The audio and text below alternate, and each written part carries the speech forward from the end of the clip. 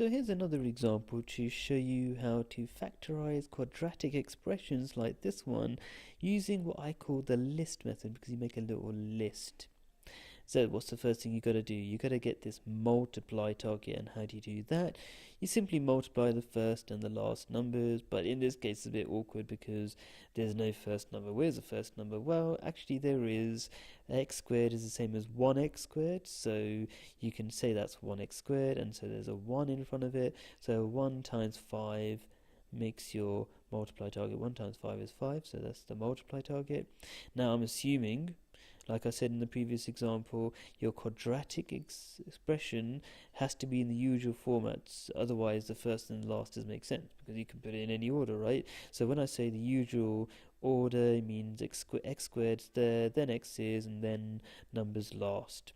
So anyway, so you multiply the first and last numbers together, that gives you a multiply target. Then you get your add target, which is simply the number in the middle, or the number in front of x, which is minus 6, which is got from there.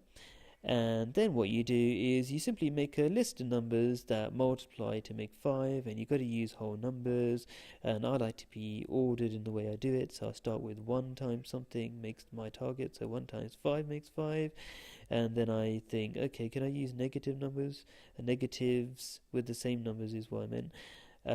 Yeah, I can say minus 1 times minus 5 also makes 5, and then if there were more possibilities I'll look for things like 2 times what makes my target 5, but that didn't work basically, right? So basically that's the end of my list, and then I check which one of these pairs not only meets the multiply target 5 but also meets the add target minus 6. So this pair does. This pair adds to make minus 6. Minus 1 plus minus 5 makes minus 6. So that's my pair that I was looking for. What do I do with it? Well, you simply split the minus 6x up with these numbers. So minus 6x will equal now minus x minus 5x, because that does, right? That makes sense, right? Minus x minus 1x, I should say, minus 5x equals minus 6x. So this becomes this line. The beginning and the end stay the same, but like I said, this minus 6x gets split up by these two numbers. So you get minus 1x or minus x and minus 5x, like that. So this becomes this, and now that I've got 4 parts altogether, I split the 4 parts in a way so that the first 2 halves get factorized by themselves, and the second 2 parts get factorized by themselves. And in a minute they'll be put together, so don't worry that we're separating them. So I factorize this, and you can see the common factor is x, and the bracket ends up being x minus 1. Hopefully you know how to do this basic kind of factorizing, which I call HCF factorizing, highest common factorizing. If you don't know about that, check out my video on my website that explains that. But the important thing is, as you might notice, that this bracket and this bracket are the same.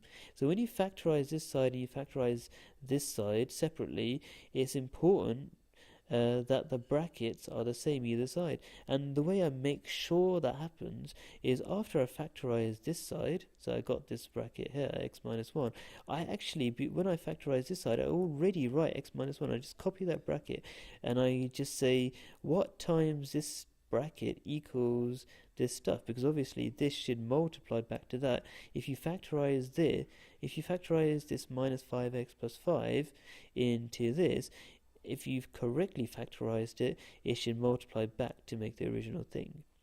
Anyway, so you factorize this and you factorize that, and how do you get from this line to the final factorized line? Well, all you do is you can see the bracket that repeats becomes one of the brackets, and the stuff on the outside of the brackets, the x and the minus 5, makes the other bracket. Now this is my second example. I did explain in my first example why this line mathematically should lead to this line. If you're interested, do check out that example as well.